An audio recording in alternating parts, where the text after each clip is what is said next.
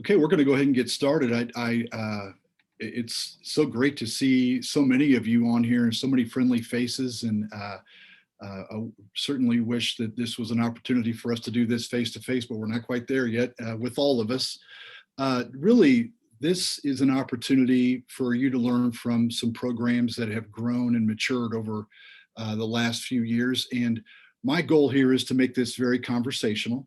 I would like for this to be an opportunity for us to maybe ask or answer some initial questions about and introduce what our programs look like and how we have sort of met the challenges as they've come. And we have a pretty diverse program base. In other words, all of us have certainly CAPS programs, but those CAPS programs may look different and may work slightly different depending upon the model that we're using. And I think that's the great thing about CAPS in general.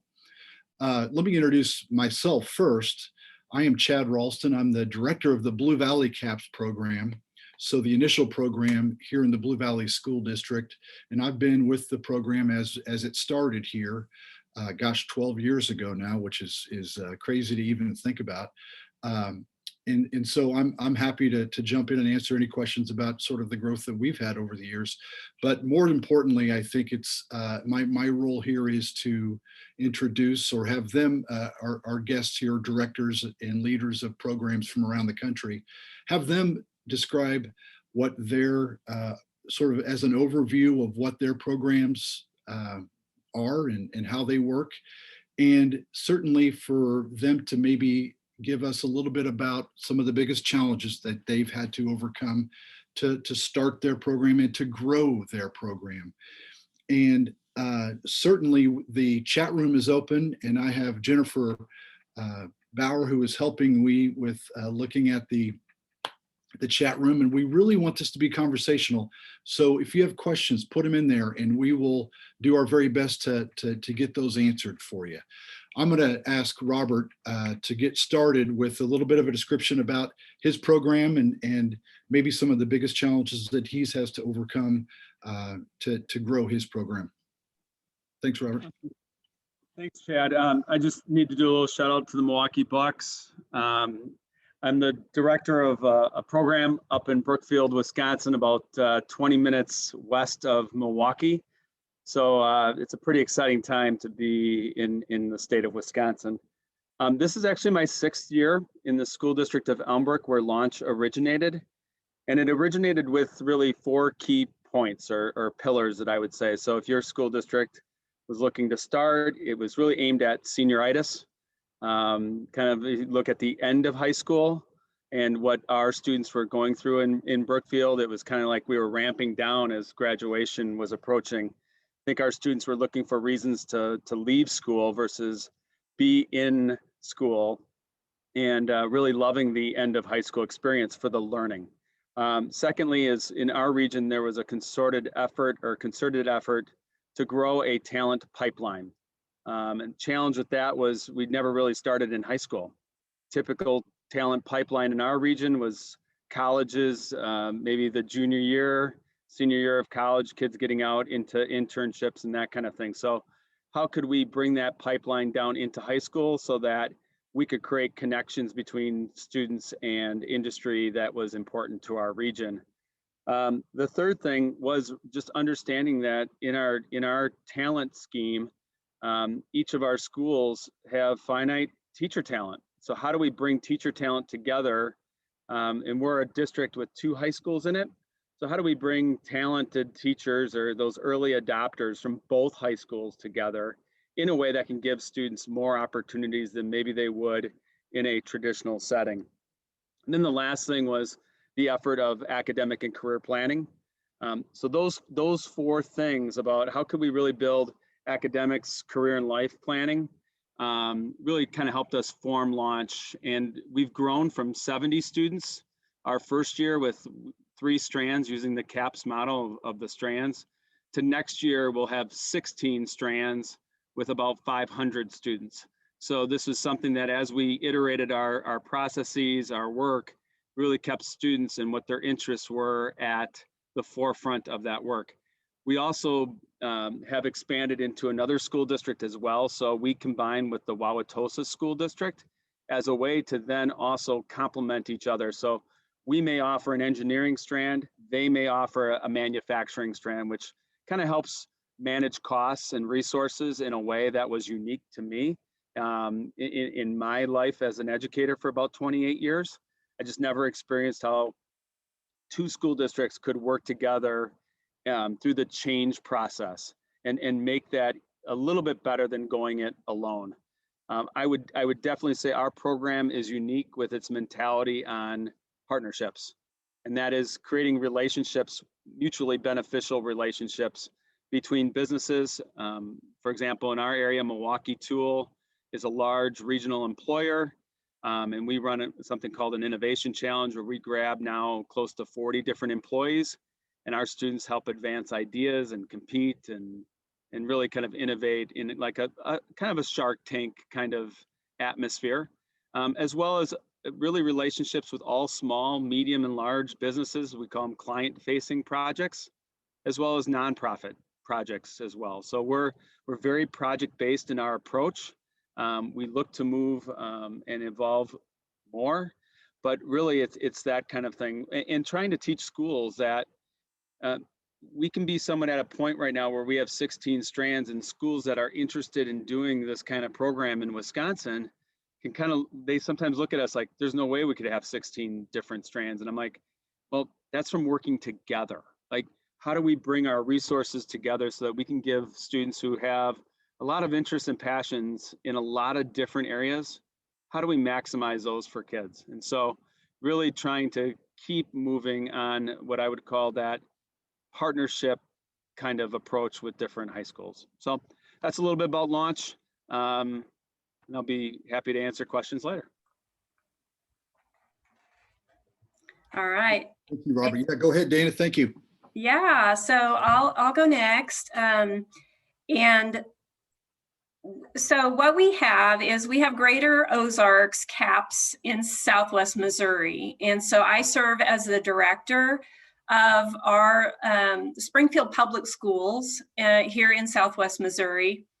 And part of that work that I do is serves as the educational director of the Go CAPS program.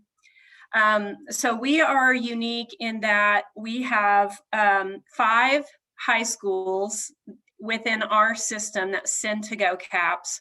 And then we also have 5 other districts that send in from the metropolitan area.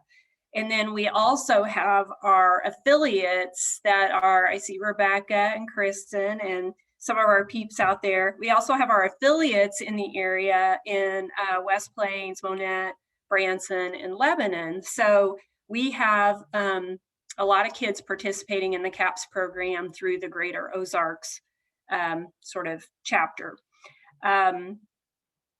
So some of the things that we do, this is our 7th year that we're getting ready, excuse me, to go into. And we have been through a lot of, adjustments, especially in the past year. I would say that our biggest challenge has been in informing students what the opportunity is. So our Chamber of Commerce is directly involved with our program. And this came about from the very beginning prior to the establishment of the Go CAPS program. And it was born out of the need that we had in our community to build, to find the talent and to retain the talent in our workforce. We also have a lot of students that did not know what the opportunities were out in our community. So we wanted to make sure that they were better informed. Excuse me. And so our Chamber of Commerce brings the business partners to the table, and then we bring the kids to the table. And so some of the biggest challenge that we have had is that students have to drive into us. And so they also will spend an entire year with us for a half day. So either 8 to 10:30 in the morning or noon to 2:30 in the afternoon. And so this is a big ask for some students to step outside their comfort zone and to have them join us for an entire year away from their home high school, because we do have classrooms in our 3 strands that are embedded in business. So they actually report to a place of business, and they do not attend their high school for half day. So most of what we dealt with was just a misunderstanding, or just not understanding at all what the program was. So we started at first going into talking to teachers about it, talking to students about it on their home turf. And then later we added a daytime open house, and of course, open house nights where we would invite people in. The daytime open house allowed us to funnel students through so they could actually see the classrooms firsthand. And then that sort of sparked interest to get their parents to come in for the open house evenings so that they could see what it is that we do. Just this past year, I will tell you that we had to shift gears because we couldn't have large groups of parents or students coming through our classrooms. So we really went all individualized, and we scheduled time for students to visit and sort of live a half day in the life of a GoCap student. So we worked with our sending high schools, and we booked times for students to come in 1 or 2 at a time. And they came to us and stayed for the half day. And while we were pivoting because of COVID, we actually had sort of this real awakening that when those students came, it wasn't us, the adults, talking to the kids, although we did talk to them to encourage them. It was the students that wrapped around them that said, hey, what questions do you have? I want to tell you what it is that I'm doing, what I'm working on, what we get to experience while we're here in the GoCaps classroom, what we get to see. And so that was really sort of a factor that helped us out. So while we probably ran fewer kids through the classrooms this past year, we had more students that it stuck. Like it actually, we enticed them to go ahead and apply, and we have them enrolled for the fall semester. So I would say that's our biggest challenge. We do happen to have, as many of you do in our system, a lot of choice for students. So sometimes when they have a lot of choice, there is just a misunderstanding of what those opportunities are. So it's always about kind of getting out in front of them as soon as their 8th grade, 9th grade year, to let them know what it is we are all about for their junior and senior year. So I think I'll hand it off to Brett now. All right, good morning, everybody. My name is Brett Kisker. I'm the Executive Director of Northland CAPS. We are a 2-county effort in the north half of Kansas City, Missouri, Clay and Platte counties. And currently we are a program that is in our 9th year of existence. And we serve 18 high schools from 10 different school districts up in our region. I had to go and talk to Allison Clemens, my program development manager, actually, to find out. She's the one that's been around since the inception, to find out what the challenges were at the beginning of our program. And according to her, some of the stuff that Dana mentioned still sticks with us. We have a lot of the same setup. We have no brick and mortar, and we have nobody that runs buses for our program. So transportation is one of the bigger challenges that we have faced. How do we get kids, especially that's an equity issue, how do we get kids to all these experiences that we want to give them when we don't have a school building, when we are housed at businesses that are generous enough to give us space. So right now I'm actually like at a co-working facility in Gladstone, Missouri, that just gives us space rent-free for us to use as a digital media classroom. Cerner, which is a Fortune 500 software company, gives us space on their campus for our technology solutions room. But without buses and without brick and mortar, and with those buildings changing over time, that's definitely a challenge that you have to face.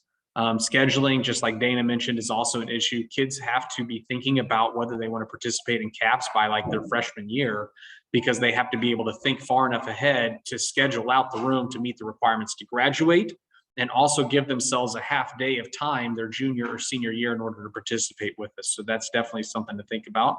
If you're thinking about starting a program, or if you're thinking about how do we get more kids involved, you want to think about reaching out to 8th and 9th graders and starting to make these opportunities, make them aware of the opportunities years in advance so they can plan ahead with their counselor. Counselor education is another piece. Counselor turnover, I don't know about your districts, but when you work with 18 high schools, the counselor turnover is constant.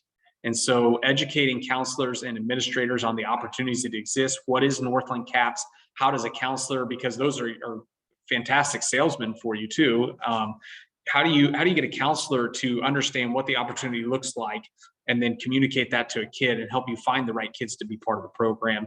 Another issue that we ran into at the very beginning was honestly just how do we find opportunities for all the kids? The first year that we offered medicine and healthcare, which is hosted in 2 different hospitals, local hospitals. We have 4 classrooms now. At the beginning, we had 2 classrooms, I believe, and we had 450 students apply the first year that we offered it.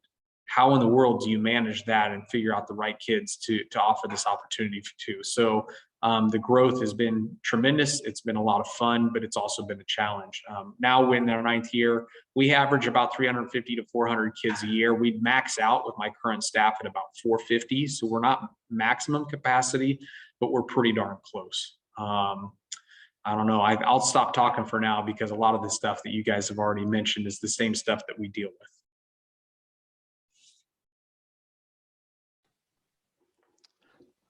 Okay, so Chad, I think I'm up, right? Absolutely. Go for it, Mike. Hey, I'm Mike Realon. I'm at Olympic High School in Charlotte, North Carolina. I'm at a high school. Our program's different somewhat than yours, but we're related in a lot of the core values. And so I've gotten to meet Corey and Dr. Unger in Northeastern because a lot of the research done at our that's been done with CAPS as well. So Olympic is a large high school in Charlotte-Mecklenburg. We have 2,600 kids. We use the NAF Career Academy model. 85% of our kids will go through a 9th through 12th grade program, and we believe in career and college ready for all kids, and opportunity for all kids. And so one of the biggest problems we all face is paradigm shifting. Because really the institution is based on testing. It's based upon SAT, ACT, go to college, get a degree, and it all works out. We're going to show kids, we're going to show businesses, we're going to show teachers and parents the data contradicts all of that. You need to look at the data and you need to understand the data, because of our kids, we know based on statistical probabilities, 50 to 70% of them will grow up to hate and dislike their job. 51% of them will look back and regret their decisions about college. And as Harvard released a media piece 2 weeks ago, right, it pointed out 15.5 million Americans unemployed or underemployed, with 9 million unfilled jobs because of the education and skills gap occurring in America. And we foster this environment of why an event like January 6th happens. We need to provide our kids with the information and help them understand and identify the pathways of education and skills towards jobs that lead them towards happiness and prosperity, because our institutions and systems are not set up to do that. So our process from 9th through 12th grade, since 2005-06, and you know, Gates has given, we're part of the Bill Melinda Gates Small Learning Community Movement. We received $1.2 million from them in 06, starting from nothing and being a very bad school into this career and college ready model that for all kids, and helping them start to connect the dots between their education, and doing that through project-based learning, experiential learning, PBL for you guys as well. But more intentionally and purposefully of the design, and working with businesses in our community and the others, government and nonprofits, about what should school be? What should school look like? And looking at the 5-year economic plan of Charlotte-Mecklenburg, then setting up our career academies. And since that time, 700 businesses have become involved with this, partnering, like Robert and others have mentioned, intentionally becoming engaged, volunteering 32,000 hours and over $21 million in cash and in kind towards nobody strokes a check.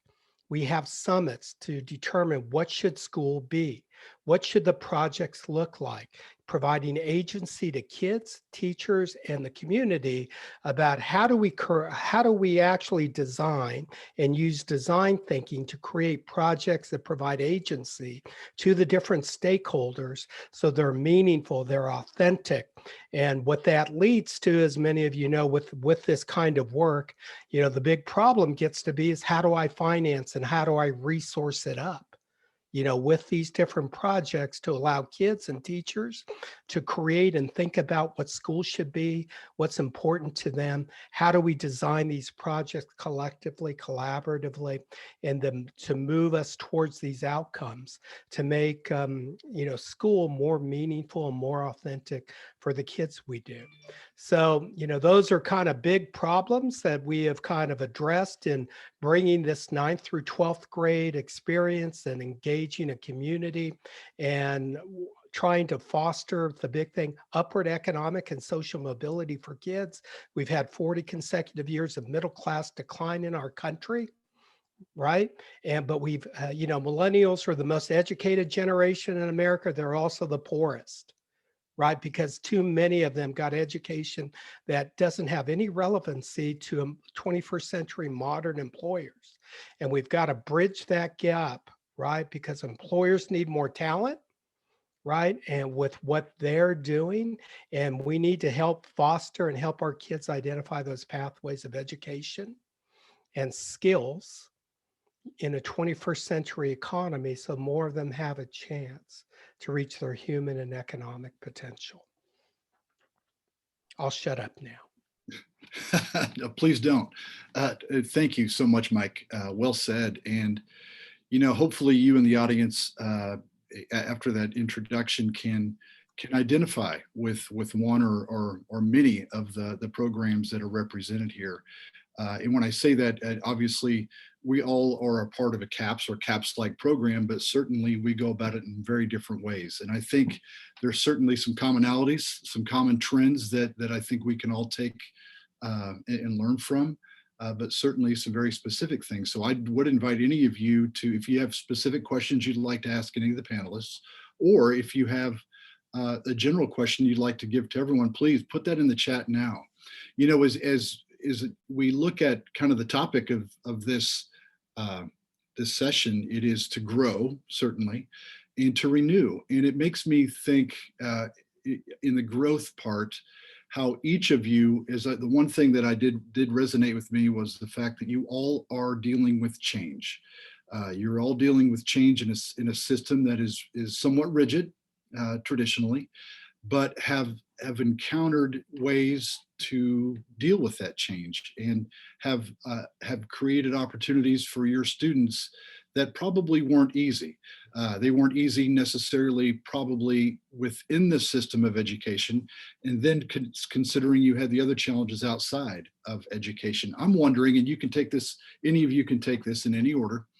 I'm wondering, in relation to that growing and knowing that you had to be different, all of us have to be different in order for students to want to be a part of what we're doing. How did you tackle that? What were some of the strategies you used to deal with change? And maybe what are some of the lessons you learned through that?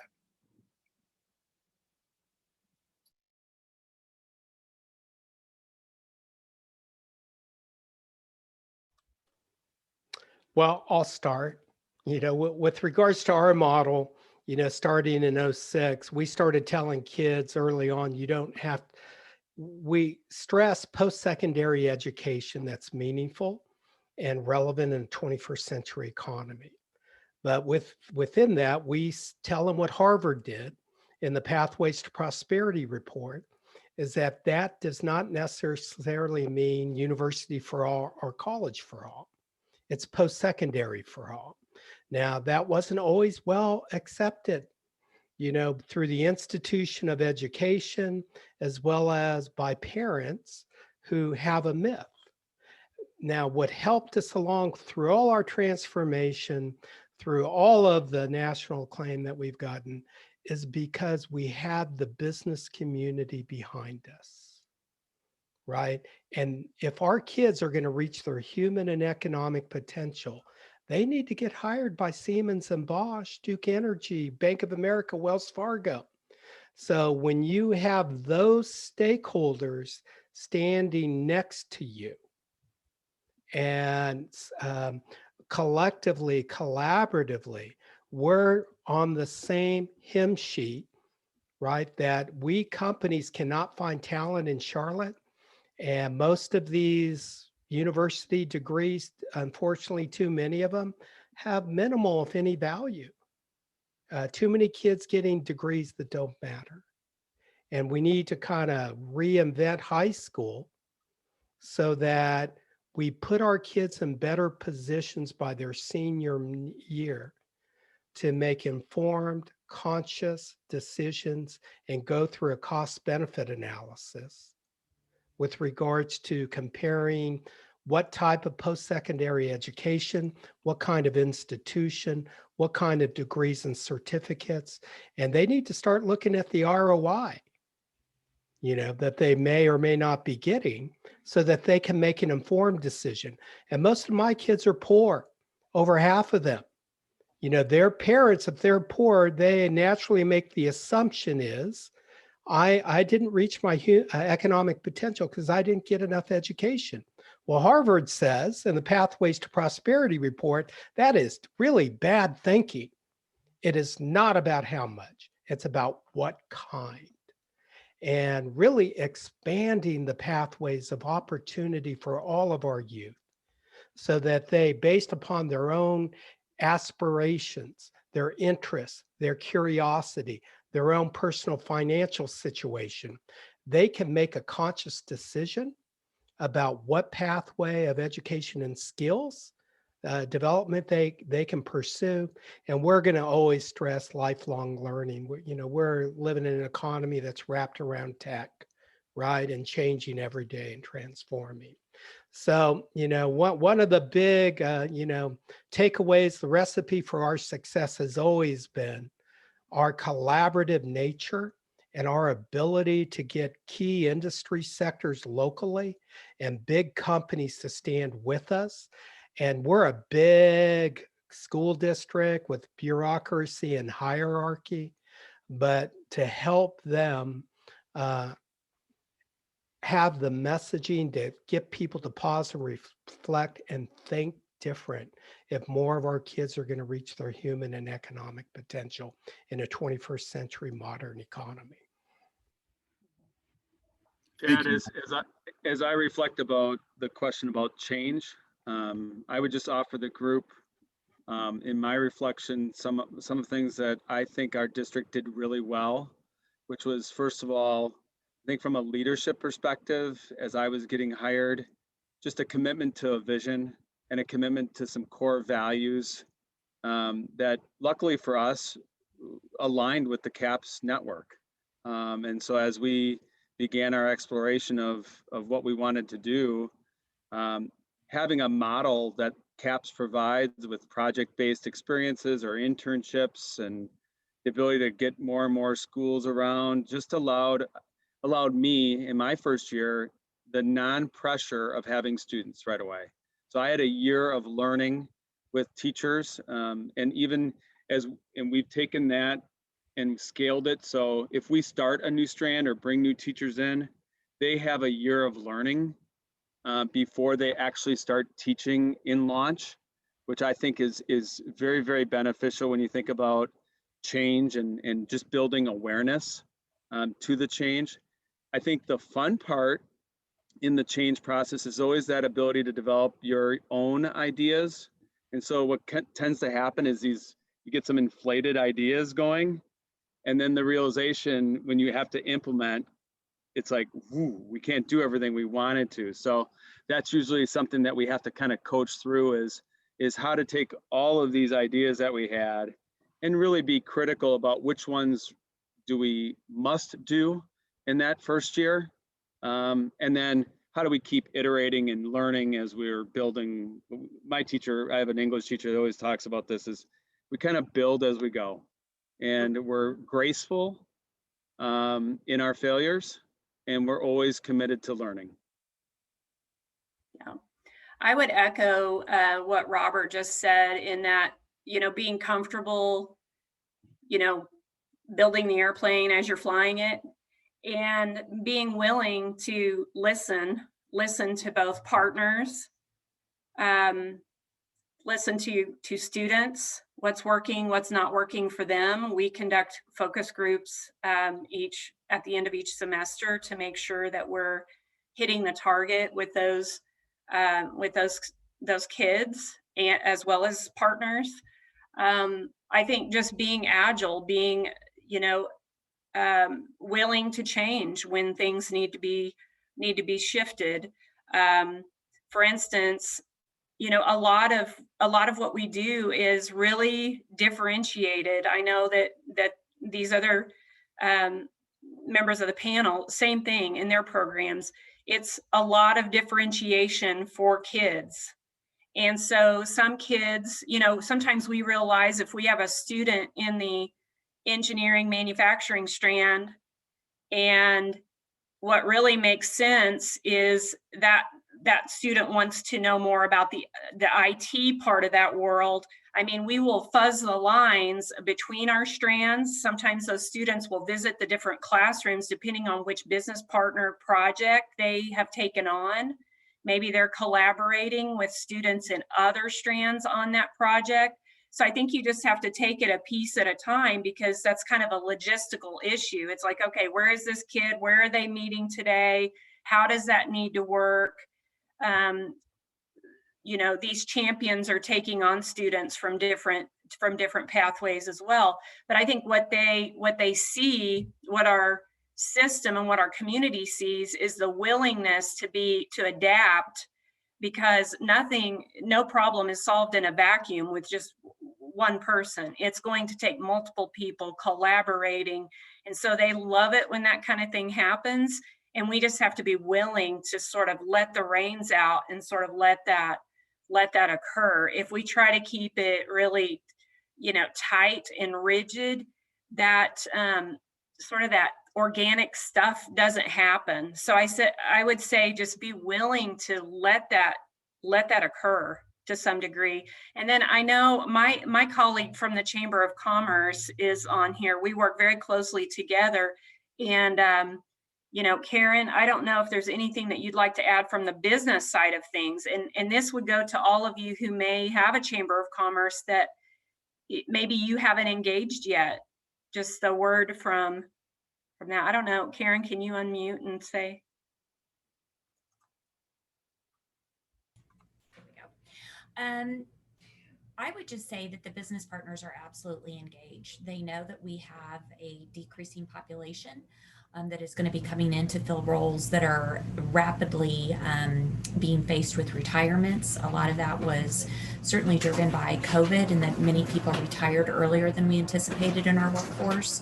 So they are absolutely vested in connecting with these students and creating that talent pipeline. They understand that if they can capture their imaginations while they're young, get them introduced to what it is that they do and their company culture, that they are more likely to attract these students down the road. And that's what is so important to us, whether they are going into the workforce directly after high school. Instead of jumping from random job to random job, let's get them connected with a company that does something they enjoy that environment, and they can see themselves there and have that opportunity for advancement. If they are going to go for certification or a degree beyond that, let's make sure that the work affiliated with that degree is something that they are really wanting to do. And so that's why it is so important to get these partners connected, to be able to share their education paths, to share the opportunities that are available within their company, and also to learn about the tuition assistance and reimbursement programs, as well as the training that a lot of these companies offer, that quite frankly, many parents and their students are just completely oblivious to. Maybe they do want to pursue further education, but maybe they just don't feel that they have the financial chops, or maybe at that moment in time, they just aren't ready for that, but perhaps that will come down the road. Mm-hmm. Thank you, Karen. Yeah, thank you, Dana. Brett, what do you say? Oh man, where to start? One of the things that's been fascinating over the last 18 months or so is watching how the business world has adapted to COVID and remote work and hybrid models of business, and how do we keep a business going, or how do we make the big change to enhance our business, or to spotlight this new opportunity that we see a strength here, and we're going to go address that strength, or whatever it is. And the speed at which business moves versus the speed at which education moves, the difference there is staggering. And it has been really, quite honestly, it's been really frustrating to work through, because you see things that you want to go do, and it's sometimes just the education side of things doesn't allow you to move at that speed or to make those changes. I think that things that I would point out, and I'm trying to judge from the crowd here because I see a lot of familiar names from established programs, right? And I don't know, though, I'm sure that there are people on here that are maybe thinking this could be an opportunity for us to get involved. Big changes that we have tried to implement over the years. I'm going to put a link in just a second in the chat to think about teacher certification. We actually have made it a point of emphasis to hire people that come from industry backgrounds, which means that then my job as the administrator of the program is to help them understand how do you teach? How do you get kids to learn? How do you manage that? What does it look like to develop a quality curriculum? When you have somebody coming in with maybe 15 years of experience in industry, but has never been in a classroom before, and so their mind automatically reverts back to, well, this is what school was like whenever I was in school, and that could have been 30 years ago, for all I know, And so we have worked with the state of Missouri, though, to develop a certification called the Visiting Scholar Certificate. And like I said, I'll post a link here in just a second. But if you feel like that would be a hindrance in your state, that's something that maybe you could use as a framework or as a reference to say, hey, here's a way that we can get people in the door that are coming from a non-education background, but can provide this expertise of what it's like in the business world. And really give them that unique perspective that they would have from coming from industry. I think that other changes that we see coming down the pipe, our curriculum has always been project-based. So one unique thing about Northland CAPS, and every CAPS program, one of the cool things about the CAPS network is you can take these values, these core values that we have. There are 5 of them on the website that Dana posted just a second ago. You look for the core values in the CAPS network, and you can take those and you can adapt them to your setting to make it work for your community, for your setup, for your school district. You can meet the needs within those 5 core values. Northland CAPS really started a decade ago when we went down to Blue Valley, and I was actually part of it. I had no idea that CAPS was coming. I was an engineering teacher at one of the local high schools, and I went down and saw Blue Valley CAPS and left blown away by what they were pulling off there. But I think that the general feeling was we have no way to pull this off in our environment. And what we could do, though, is we could set up, like I said, no brick and mortar in our building. We could set up this collaborative effort that would work. And so what we've landed on after a decade is this development of a curriculum that is completely student driven. So the students get to tell us what they want to learn. They get to say, okay, I want to be a civil engineer, and I really like the drafting side of things. And then our job as the facilitators is to have industry professionals that know enough about that topic to say, well, let's go and discover, like, what does that mean? And what do you need to learn in order to be successful in that area? And how can you figure out if it's the right opportunity for you? And I'm going to line you up with opportunities to go visit people. We're going to find projects that work in that realm. And our entire curriculum is based on that student-driven experience. We really pride ourselves on the development of soft skills. That's our one thing, that if we leave and our kids have developed soft skills, then we care about the rest. That's going to be the wrong thing to say. Everything else takes a backseat to the development of soft skills. So for instance, our employers have told us, I don't know if you guys are hearing the same thing, the number one job skill that is missing right now in our workforce in general, I'm not saying kids, I'm saying the number one skill that's missing right now is attendance. People just don't show up, which to me, that's mind-boggling. And to you, if you're on this call, that might be mind-boggling. Like, what do you mean people just don't show up for their job? Yeah, that's a real thing. So guess what our number one thing is that we're going to hammer this coming year? It would be really awful of us to go throughout a year and not address attendance issues. So we're going to put some backbone, and we're going to put some teeth into our attendance policy and say, you know what, if you can't show up, then maybe this is not the right program for you right now, or we need to help you grow through this difficulty and this idea that, like, you know, sometimes you do wake up and you're tired, but guess what? You need to be there. So our curriculum in the fall semester, I need to shorten this up. I'm talking way too much. Our curriculum in the fall semester is develop the soft skills. There's one of our main pillars. Do this through the vehicle of business partner projects. So actual projects that provide value to our business partners. What is the 10th thing on your to-do list? What is that thing in the employee suggestion box that you're like, we would like to look into this, but we don't have the time to do it ourselves? What is that thing that would really provide value to your business that's not going to be a key make or break thing, because you don't want to give that to high schoolers, but would really, if they pull it off, if it does work, it's like, wow, this would be huge, right? So that's the vehicle which we use to develop the soft skills, to do the career exploration, to go out and do site visits, to bring professionals in. How can we do that? What are the different ways that we can engage our business partners?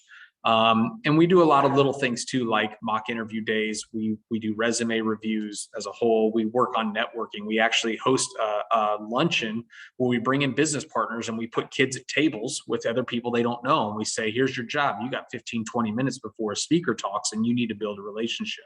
What's that look like? Because those are little things that happen in the business world that teachers and students have no idea about for the most part. In the spring semester, then, if we do our job correctly, our 400 kids, we will develop to the point, soft skill wise, where we know, number one, they're going to show up, and number two, they're going to act like a professional. And we help them through evaluations. We do monthly employee reviews with them so we can help them understand in a sit down one-on-one conference. Here are the places that we see that you're doing well, and here are some areas for growth according to our 5 professional skills that we have. And then if we do this correctly in the spring semester, all 400 of those kids go out and do internships. And that's been change wise. That was a serendipitous change that happened the first year when we had an instructor that left halfway throughout the year, and we had to figure out how do you manage a program. Our first year, I think we had like 25, 30 students. What do you do with those 25 to 30 kids if you don't have an instructor? And it's like, well, maybe we could get them internships. Well, it turns out that was like the best thing that ever happened to us, because now we do that with 400 kids. That takes a tremendous amount of work. I have a program development manager whose full-time job is figuring that piece out and running that program. That's all she does for me. She manages some of the all strand stuff that we do, the mock interview day, for instance. She does a lot of the event planning for me in the fall, but the rest of the time she's out networking, she's going to chamber meetings, and she's finding the business partners. In an average year for our 350 to 400 kid program, we engage about 800 different business partners in an average year. Just to give you a kind of idea for the scope of what you're looking at. That did not develop in 1 year. That's a 9-year development. I would not expect that of anybody that's new. Don't set the bar there, but say find your super connectors in your community, find your chambers, find your local EDCs, find the people that just everybody knows, and go to that person and sell them on the idea of the program, because everybody needs good employees. There's your starting point. And then your job as the educator in the room is to find out what needs to happen in order for those people to be successful in your local businesses. And then you figure out, how do I train kids up to act and behave in that way, and then help them connect with those people, right? Because the end game, if you're like me, your job that you're in right now is probably because of somebody that you knew. That's how we get work, right? So connect them to the local employments, because the other piece of this that I'm not mentioning, and then I really need to shut up. The other piece I'm not mentioning is, I don't know about you guys, but it gets under my skin when you get kids exposed to all these opportunities in Kansas City, and then they go, all right, now I'm going to go move to Denver because that's where all the job opportunities are. And it's like, what the heck, man? Like, our local job people too, our local workforce is like, we need you to develop the kids to stay here. Well, what better way to do that than to expose them the opportunities that are here, so they understand, like, I don't have to leave my community in order to be in a job that I love, in a career field that I love, in an environment that I love. And also, I'm going to help develop this community. I'm going to be a game changer here locally. And that's what I'm also trying to get across to those kids. So I'll put a couple of links here. As you make those changes, a book that I'm reading right now that I'm going to link to that has been really good. I'm going to post a link to that as well, just if you're trying to figure out, like, how am I going to get people on board with these changes? All right. Hey, Chad, can I piggyback off Brett? Absolutely. Go for it, Mike. So if that was one of the key things to think about, what helped our transformation to occur and build up the strategic partnership program is that you have to actually dedicate time and effort and to business development, right? I mean, we didn't get to 700 businesses and $21 million by the traditional approach. We actually have a marketing plan, right? We've enacted the marketing plan to build to that point. And so you have to dedicate resources, time, and effort to approach it from a business development kind of approach with what you're doing to get to those kinds of numbers. Great feedback. So much to unpack there. I think one of the things that is interesting, Brett, is that Kansas had the visiting scholars license first, in Missouri, I think, stole that from us, which is so typical of Missouri to do to Kansas. But I'm proud of you for following the lead, certainly. But that is such great feedback, that having a nice balance of instructors that can come from the profession, and as well those professional educators that can help sort of teach those some of the tried and true methods that still need to work. But it brings up that the idea of the importance, I think it was said by many of you, the importance of having dedicated time and energy to be able to put forth to connect to business partners. And that is something not to be taken lightly, because if it's just another thing that a teacher has to do, it's going to be really difficult, and something's going to have to give, whether that be in instructor time with students or just overload.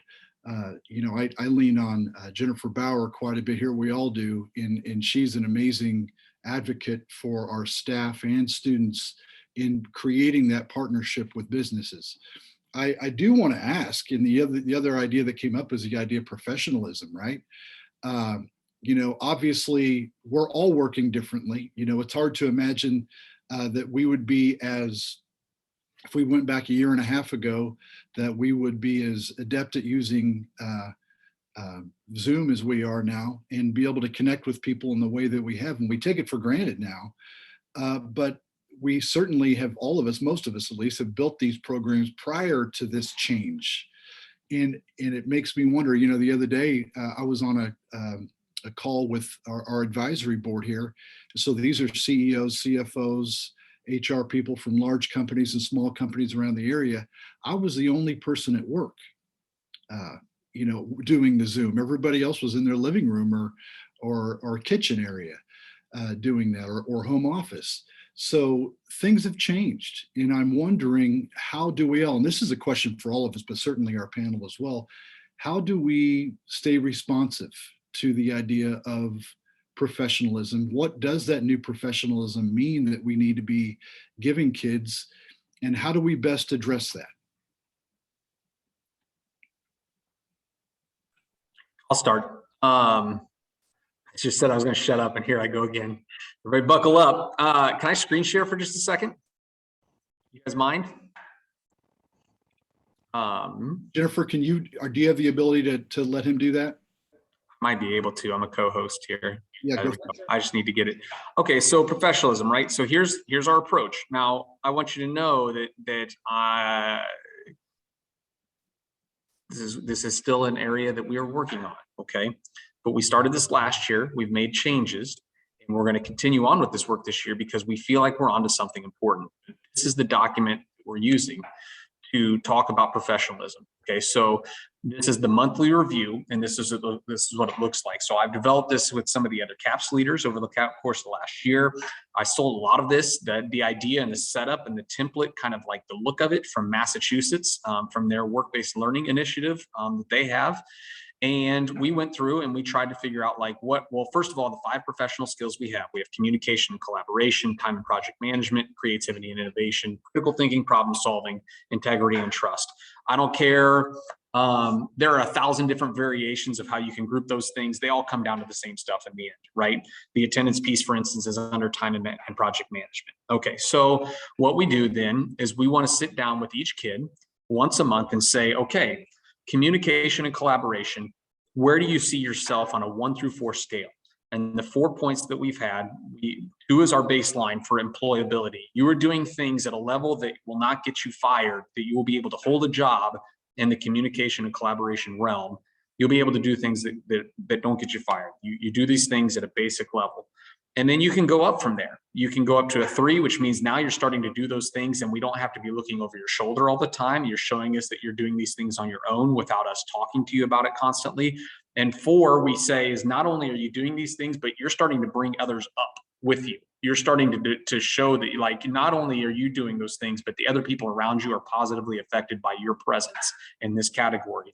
And then we have the single, the 1, which is like you're behaving, you're performing at a level, you're showing tendencies in this category in a way that, like, honestly, if you were doing this in the real world, you probably wouldn't be around, or you'd be getting pipped or whatever.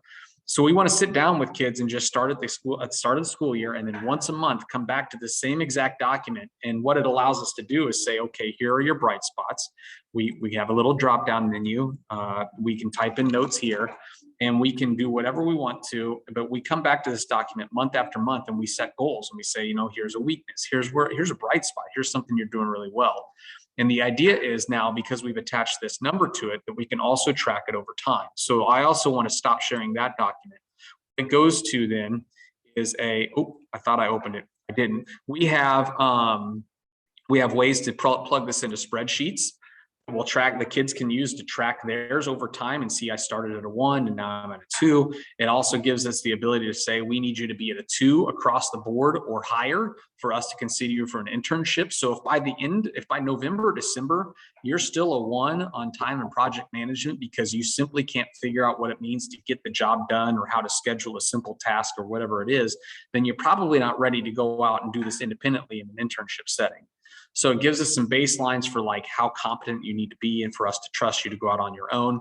And then that also, it goes to a second spreadsheet that we have where it'll allow us, and I've gotten some VLOOKUP formulas and some really basic stuff in Excel that allows us to also look at the mass data across the board. So we can look at, like, what's the average rating for each one of our instructors? How are we doing in communication and collaboration across the board? So we can kind of norm ourselves and have really deep discussions once a month as a staff, where we're going to come back and say, okay, now what does it mean? Like, why is teacher A, their average score on communication and collaboration is a 3.5, and teacher B, their average score is a 1.8. Let's talk about this. What are we seeing? And so over time, we're hoping that those questions lead to development and kind of a norming of what we think it means to be a 2. And of course, the business partners will get pulled in with this as well, so we can get their feedback and say, are we appropriate in our expectations? Are we expecting the right amount in this category? Whenever we're looking at professionalism. So that's what we're trying to do in order to address the professionalism piece. That is our entire, if we do this right, that's our entire grade book. We're not keeping a grade book with like 5 points per assignment, because I don't know about you, but I have yet from my board of directors to be given a 5-point homework assignment. That's not how the real world works, right? That's a school thing. So we use this as our grading system. As long as you're showing growth and competency in these areas, then you're probably going to do well. Our grades are probably a little bit inflated, to be perfectly honest, but the grade is just not a big deal to us. It's really hard to get excited about, like, what's the difference between an A and a B, when it's really more about what is the growth that the kid has achieved over the course of the year, or are we getting those kids to all 4s if they started off at all 3s or whatever it is, right? So that's kind of our approach and what we're trying to do to guide the professionalism conversation. Appreciate that, Brett. I saw, Robert, you had put something interesting, and you kind of delineate human skills, technical skills, and foundational skills. Can you highlight that a little bit? I think Mike might have talked about this a little bit, but if you look at the history of, let's say, technical skills, I think it was maybe, I'm going to date myself here, so probably about 30 years ago, average life of a technical skill, maybe 20 to 25 years. Average life of a technical skill now is about 2.5 to 3. So it's not a matter of ignoring those technical skills, but really giving kids the love of learning those technical skills so they can stack those over time. So we try to look at those, whether it's robot proof or whatever kind of framework you want to use, but uniquely human skills. I mean, that's going to be your collaboration. Could be virtual collaboration, virtual body language, some of those things that contextually or through time has changed, to self-initiative, leadership. Those are all what I would call uniquely human skills, or how humans would interact with machines, would be the other, it's your critical thinking, your creativity, those things that can't be maybe automated. Foundational skills, to me, that's your data fluency, data visualization, literacy, those skills that I think provide a foundation to the human person as they go out into life. And so that's how we delineate it, Chad. Thank you for that. I would also just sort of move forward with this idea that, there will be kids. The rubrics are great. And I love that. I love, Brett, how it calculates into another spreadsheet. So we definitely need to get that, a share on that. And the fact of the matter is, some kids are not going to progress as we want them to. Some will jump by leaps and bounds and others won't. And I think that's where it really takes we have a process where we do sort of a verbal, talk with that kiddo, the teacher, if they're beginning to see a pattern, and then it transfers over to me, and then I come in and consult with that student. Sometimes it's kind of a written, more formal meeting with them. And then eventually it does go, at times it can go into a PIP. And that's where you're just tightening that up. You're tightening it down to a timeline, you're going to take this next step in order to do that. And, some students, quite honestly need that because they just don't have those skills. Maybe they haven't grown up in a surrounding where they've seen that modeled. And so when we come in and we ask them to do it and they're falling short, then that's where it's kind of coaching them up. Because let's face it, all of the kids that we have, whether they really succeed or whether they're struggling, they all have to find their way in life, and they all have to find their way in our communities. So we just try to invest tons of time in coaching them up. And so, sometimes it's calls home, and in encouraging them to get out of bed and get to the classroom. It's not too late. Take off the Virginity Rocks hoodie for the 50th time. We're gonna just keep saying it over and over. But those are the things that we just have to continue to do to get those kids nudged forward. Thank you all. I'm gonna plant one more question here because we have about 15 minutes left in the conversation. And then we may have time for one last one that I think is real important too. So when I think about the topic, grow and renew, the renewal piece is really something I'd like for us to speak to a little bit. I really could use some help. And what I mean is from the whole group here, not just the panelists. What I like to think of what we've just gone through over the past year and a half approximately, I like to almost think of it as an extinction event, right? As if a big asteroid just landed on us and now there's no more dinosaurs. So there's certainly some things that have had to go away or are now extinct. And so what that means is there's new opportunities, and things have certainly they're going to change, and they're going to change whether we want them to or not. And so it's better probably for us to have some direction there, right? And I think a lot about the fact that I've got two instructors that I can see here. I've got Mackenzie Luders here, and she is a brand new instructor. So when I think about how do I help her, and I've also got Elisa Morris, who's on here as well, who's a seasoned instructor and terrific instructor here in our program.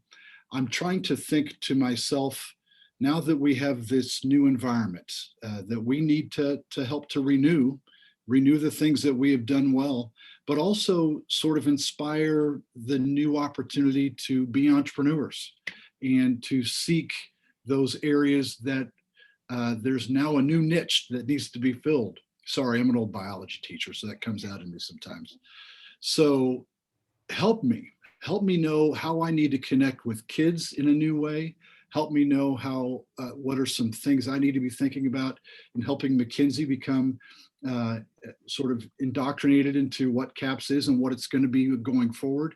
And how do I help Elisa maybe delete some of those things that were once traditional things that we did in our program, 12 years ago, but now need to be changed? So maybe generate some ideas for me for that. That was a big question, wasn't it?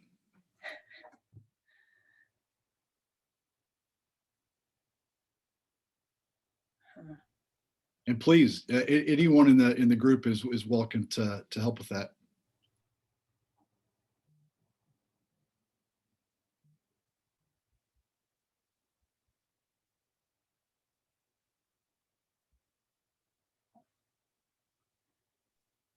This is me still giving wait time to that question. Whittle that question down for me, Chad, because I was trying to listen while I was doing this Google Drive stuff. What do we all need to be thinking about in the current environment we're in right now? What do we need to be thinking about giving our instructors? What are the things that we need to do to inspire our instructors and our students, given the difficult times that we just had? Give me some idea. It could be as easy as what you're doing the first day of school or the first day of professional learning with your staff. What are some of the things that you're doing? I know one of the things that we like to do here at the very beginning, something to inspire us, right? And the kids want to see the same thing. Well, there's a tremendous opportunity it feels like the entire landscape has changed. And so you want to talk about a leveling of the playing field. Some of the jobs that were out there, the job descriptions are changing quickly. There's remote work that's coming in. There's the need to be able to use technology well. There's a lot of opportunity. There's new businesses that are growing. I don't know about you guys, but man, there's new businesses popping up left and right that are coming out of nowhere because there's now new needs that are being met, or there's new bright spots that are being highlighted. And man, I think that there's just a ton of potential to try to not only help. I get excited about just the economic development in our area and how we can play a role in that. Because if we do have a small mom and pop startup, whatever it is, it's got 2 employees right now but they're doing something really exciting. It's like, well, how can we get involved and then all of a sudden help them grow as a business? We have kids that are starting their own businesses. Who else does? That's not what a normal school does, because that has to fit into a curriculum and you have to go through this rigorous processes. And our business accelerator, as loose as it is, our business partners have told us not to tighten the reins because every single business is unique and has different needs. So, but we have kids that are starting full-fledged businesses that are now in other co-working facilities that are getting sponsorship from the business partners that we work with. And it's like, man, you just have opportunities here that you don't have in other places. And you can either, that switch book that I just linked to a minute ago, right? It about halfway through, you'll see it start to talk about how one of the difficulties in leadership is you have a tendency to focus on the problems. You say, here's a problem and we have to fix this problem, where you find that a lot of change and a lot of good comes from instead focusing on the bright spots and saying, so we got this problem that's occurring. But if I focus on where's that going well, if I find places where that situation is not a problem, why is that person having success? What are they doing to have success? And then how can I get that success to be transferred to everybody so we're all having that success? So finding the bright spots instead, I think, is a really interesting, just psychological approach that I think that I'm going to be working on when we come in, because we have problems, not just like everybody else. We've got issues that we got to deal with. And there's always boundaries that we got to figure out, like, can we cross this boundary or not? But is this a permission or forgiveness situation? But the opportunity is just ridiculous in a program like this, and the flexibility and the adaptability you have. And I just encourage everybody here just to like, if you see something that you want to try to do, right now is the time to strike. The iron is hot because people don't know the rules right now. And so you can get away with things that you weren't going to get away with in the past world because just things have shifted in the business world, in the education world. So go for it. Keep kids safe, keep the kids protected, but at the same time, like look for those opportunities and try it out, figure out a way to make things happen and do those small incremental changes over a long course of time. And you're going to have a really successful program on your hands here 5 years down the road. I think for us, Chad, our dynamic, which may be different than Brett or Chad and you guys in Blue Valley, but we actually bring teachers from the high schools and they teach in both our program and then they go back to their respective high school and teach. They don't teach in our program typically for the entire time. So I think a balance to understand is our teachers are pulled in a variety of directions and I have to respect that. I mean, they have their traditional high school courses that they're teaching and then we've got this experiential program. So for me to understand that teachers are going to be asked in a variety of ways, and I'm sure they go through a roller coaster of emotions, right? Like if they're having a great time in launch and they got to go back and teach in a traditional environment, that can be a challenge. I also, at the end of the year, we had our teachers come in for a face-to-face meeting and it was alive. And there was some energy there to see each other again face to face. And we had great meeting attendance when we were virtual. So, I mean, I have to try to balance and try to think about what's appropriate for virtual staff meetings, especially as we're bringing people from 4 different high schools, to what's that time for us to really come together in the physical space. And why do we want to do it, and make sure that I'm hearing from them. Like they miss, at least this is what they told me, and maybe they just wanted to tell me what I wanted to hear, but they really missed face-to-face time with each other, to see each other. And I want so badly to give them that ability to have that physical space together. Yeah.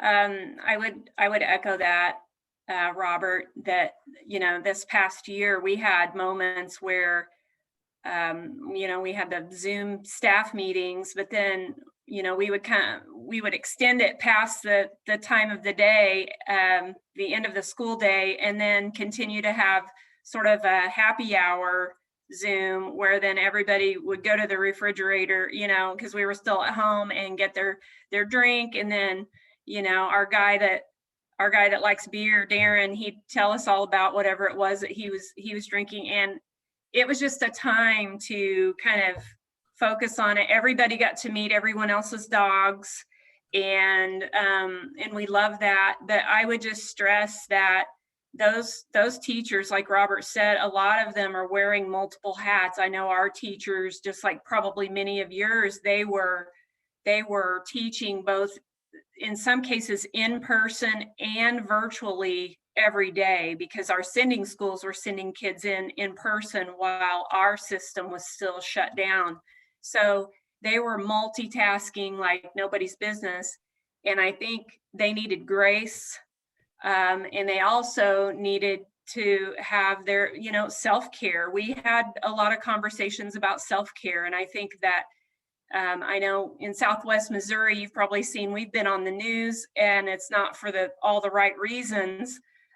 So we are a little scared about what fall means for us going back into our program. So we know that those self-care conversations are not over.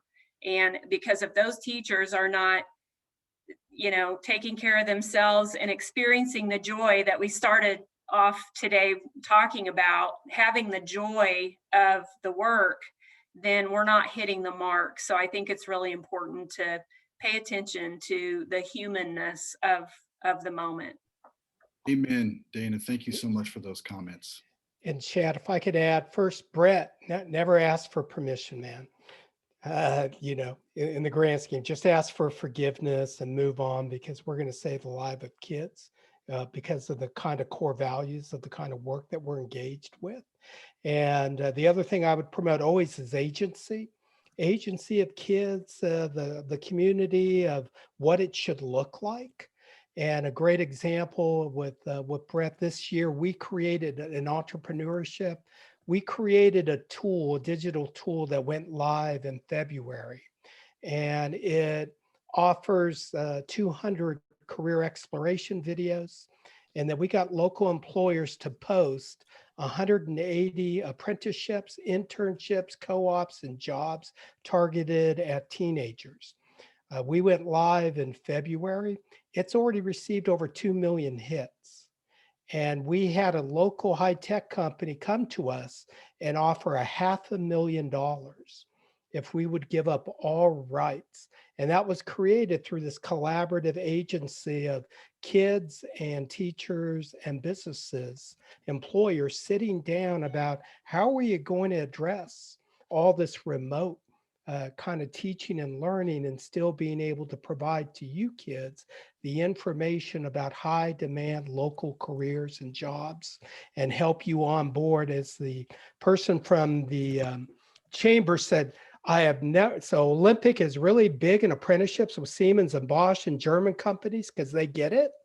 But I have never seen the number of American companies coming with American hybrids willing to pay for the education and training and entry-level jobs to high school that start them off, you know, at 45 out of high school, and they'll make 100 within 5 years based on the data. And the, you know, of giving kids those options and trying to make them aware based upon their own personal aspirations, interest, and opportunities in the community based on a 21st century economy. Just broadening the options for kids and helping them become aware. So that's totally been brought because as Brett and Robert, be entrepreneur, yeah, be willing to ask for forgiveness, you know, because big districts and everything, as soon as the attorneys become involved, right, it becomes a challenge with some of the place. Just keep your kids safe, right, in the grand scheme of what we're doing. Thank you so much, Mike. And I think a lot about what Richard, how he opened this in the respect of just recognizing the fact that it's okay for you to experiment and to try new things. I still go back to the thing that Dana talked about. The number one thing every year since we've opened here in Blue Valley, of the thing that the kids appreciate the most about what we give them. It isn't the technical skills, it isn't the connection to business partners. Honestly, it is the opportunity for them to collaborate. It's the opportunity for them to have conversations. And when I look back over the past year and a half, that is something that, frankly, we haven't been able to give them in the same capacity. And I think that's a really important thing for us to remember as we start this year. Start simple, create relationships, and make sure that kids have opportunities to connect or reconnect with each other in meaningful ways. And to really give time to that is something that I am thinking a lot about. And not just for them to have conversations, but to truly get to know each other. I think that's really important. I'm also going to just one last thing, because I think it's great for us all to hear from a new teacher. And I always like to put the new teachers on the spot. So Mackenzie, just put in that, you can do it directly to me because we're almost out of time. What's the one thing you need this year? One word.